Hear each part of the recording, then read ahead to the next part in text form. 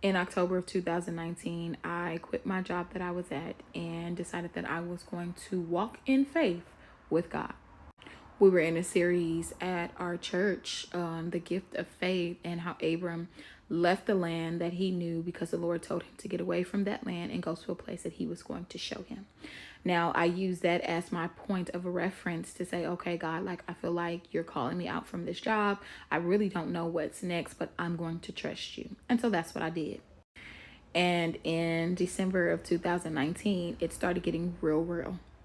I did not have a job. I was not in school at the time. And so I felt like, okay, this was just a moment for me to explore, what it is that God really is calling for me to do. Now, mind you, y'all, I had two dependents, two sons, okay? And I just thought like God was just going to make it happen like that. Like I said, I had a zeal in my faith because this series had stirred my faith to the point to where I thought this was the opportunity that I was supposed to take. I didn't have an opportunity in front of me.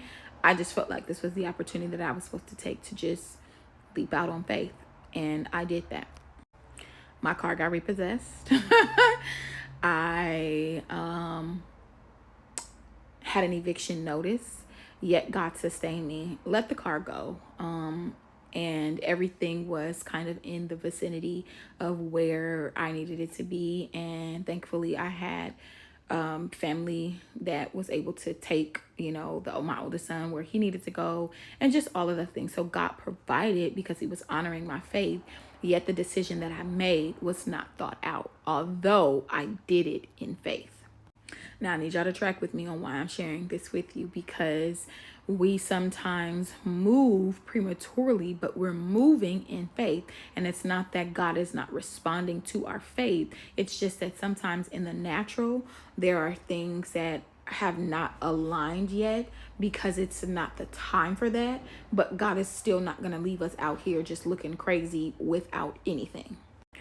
I remember during that season of my life, I did my first attempt at a 40-day fast. I did 35 good days, and those 5 days, it was rough. But again, this was for me unto the Lord because I was really wanting to tap into just this level of faith in God and specifically the gift of faith. I told him I want to operate in the gift of faith, and yeah, that's a whole nother conversation for a whole nother day.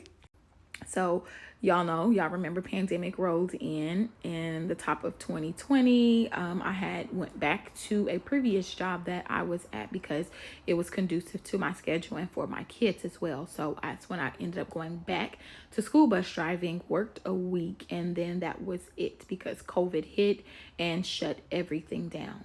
But the sovereignty of God in that was, although I did not want to go back to working, I knew that I needed to, even though I was in faith, I still needed to exercise my faith and do practical things because I don't believe in the fantasy of, oh, somebody's going to come save me. No, God is going to give us wisdom that we need, and everyone's story is different. And so this was my story of how he showed up for me.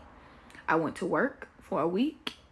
Once that week was up, it was just like, okay, we were scheduled to go back for after spring break, but because COVID shut every single thing down, there was nothing to go back to for almost 2 years.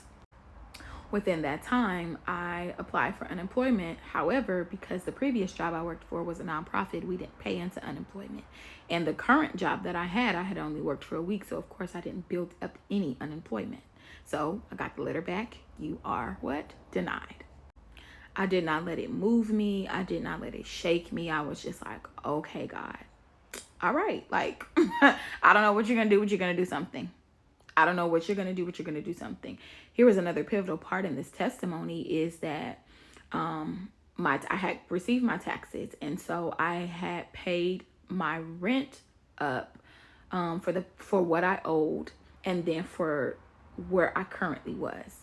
My management company sent me a letter and basically had wiped out my balance. It was like, you don't owe anything else because you have always been an integral tenant.